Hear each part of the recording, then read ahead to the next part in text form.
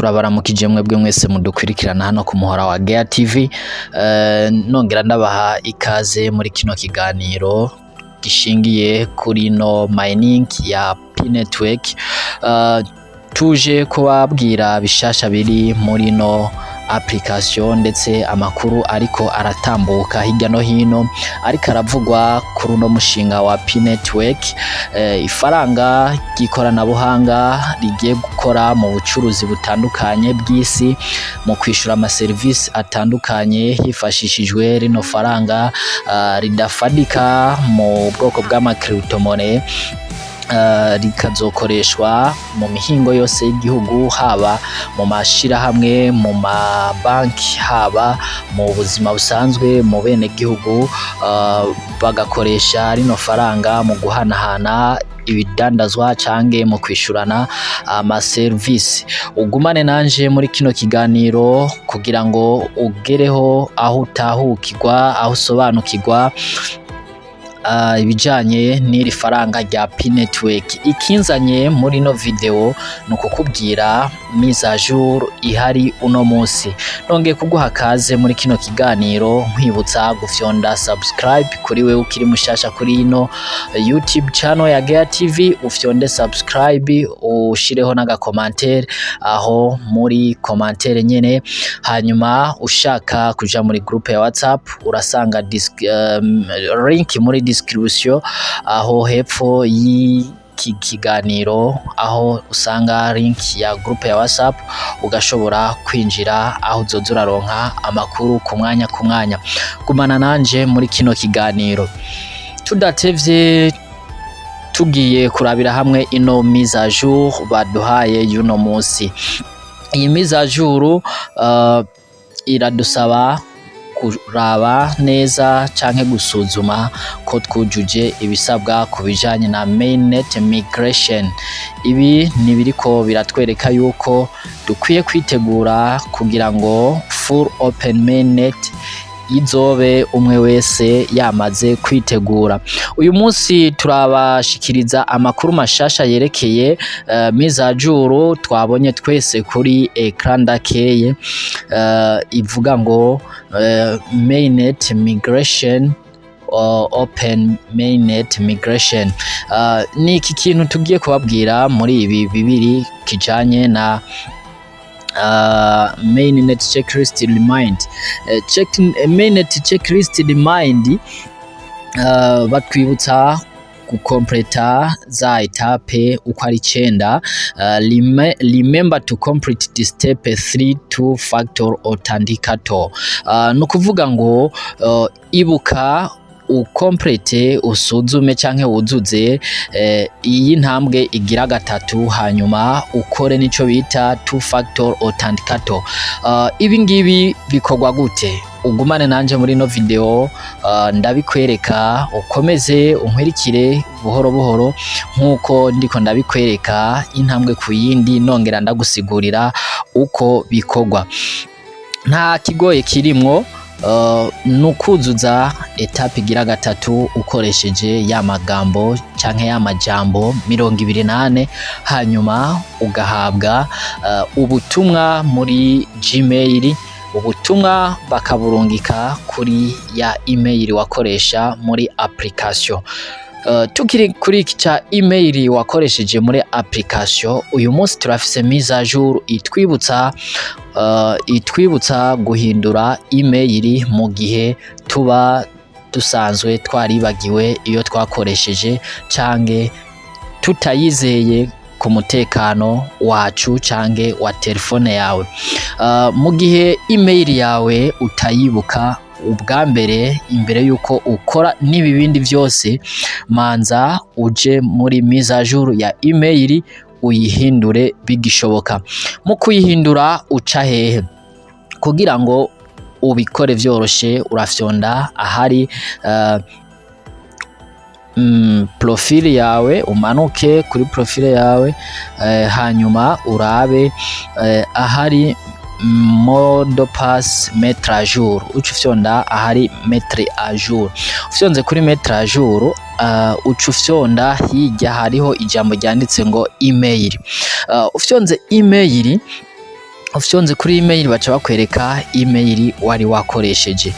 Mu gihe rero ushaka kuyihindura iyo email, uce ufyonda munsi hariho ijambo ryanditse ngo need to change your secure email, change it time. Kwa rino jambo need to change your secure email, change it here. Uhafyonze baca bagusaba gukora liveness baca bagusaba gupasa liveness. Liveness ni imwe mu yerekana ko wakoze KYC cange uri umupioneer agaragara utari robo. Nukwemeza yuko ari wewe nyene ubwawe ushaka guhindura iyo email. Umaze gupasa iyo liveness ikemegwa, email iraza kuba ihindutse. Uraca uheza ugaruke ukore ibikorwa kibandanya cyo kwemeza kuri mainnet checklist migration. No kuvuga uraza kudukwego dutatu hanyuma urabe ahanditse checklist mainnet, uhafyonde. Umaze kuhafyonda uhabona za etape zose uko ari 9. Ico usabwa ucufyonda kuri etape igira gatatu. Umaze gufyonda kuri etape igira gatatu baragusaba gushiramwo ya magambo 28. Ayo magambo 28 utegerezwa kuba uyafise ahantu, hanyuma uyimure neza, uyakopie hanyuma uyazane uyashiremo ukonfirime. Uhejeje gukonfirima barakubwira ko bakurungikiye ubutumwa muri Gmail, ya email uba wahinduye canke ya email isanzwe irimo, ukaca ugenda ugatora ibiharuro 6 ukabizana ukavyimura ngaho.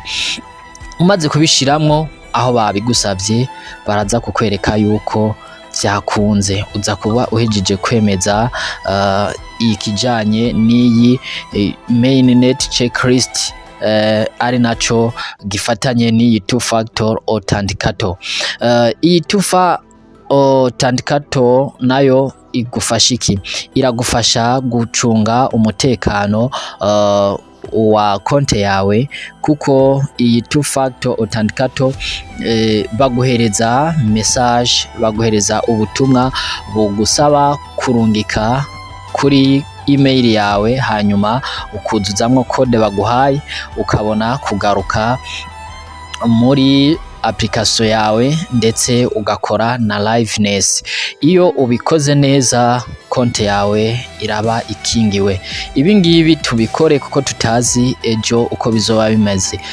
Ibi biriko birakomeza umutekano wino application ya P-Network, cyane kubijanye na mainnet migration. Ibi byose tubikore kugira ngo tuze dushike muri full open mainnet, muri open mainnet yuzuye.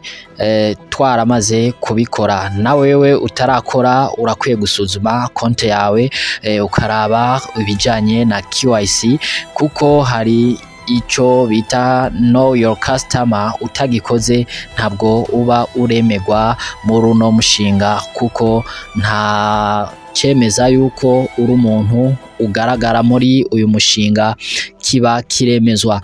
Ndakwibutse yuko udakoze KYC canke ukore nibi bijanye na migration mainnet, atamapaye ushobora kuronka muri wallet canke mu ngodo. Gushira imbere umutekano, ubu porogaramu yose ya P-Network iriko iraza ishingiye ku mutekano kugira ngo yirinde bimwe bita amascam, bimwe bita amafishing n'ibindi biza bishaka kwiba canke konona ubutunzi bw'umupioneer. Ubuzuzanye isi yose kuri no mushinga wa P-Network. Ubu abapioneer barashobora kubona amakuru y'ukuri y'ibikorwa vyabo bijanye na mainnet ku mbuga za P-Network. Aho hose uhasanga amakuru ajanye n'uno mushinga. ibi ngibi mubikomezeho kandi muvyiteho, umwe wese yiteho umutekano wa konte yiwe. Menya neza uko wokora KYC canke urindire ubutumire. Ibi navyo urabisuzumira muri konte yawe, cyane cyane ukinjira muri P-browser ugafyonda muri KYGREX, muri option ya KYGREX urasanga baguhaye ubutumire bwo gupasa KYGREX canke KYC. Mu gihe ubwo butumire utabusanzemwo ukomereza kumayininga maze ukarindira ko bazokoherereza ubwo butumire nawe ugakora KYGREX.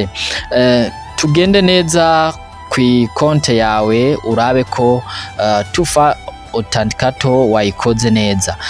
Iyi nayo ishingiye kuri email na ModoPass. Mu gihe utibuka email yawe namaze kubikubwira, subira inyuma uhindure email yawe hanyuma ukore iyi tufa authentication.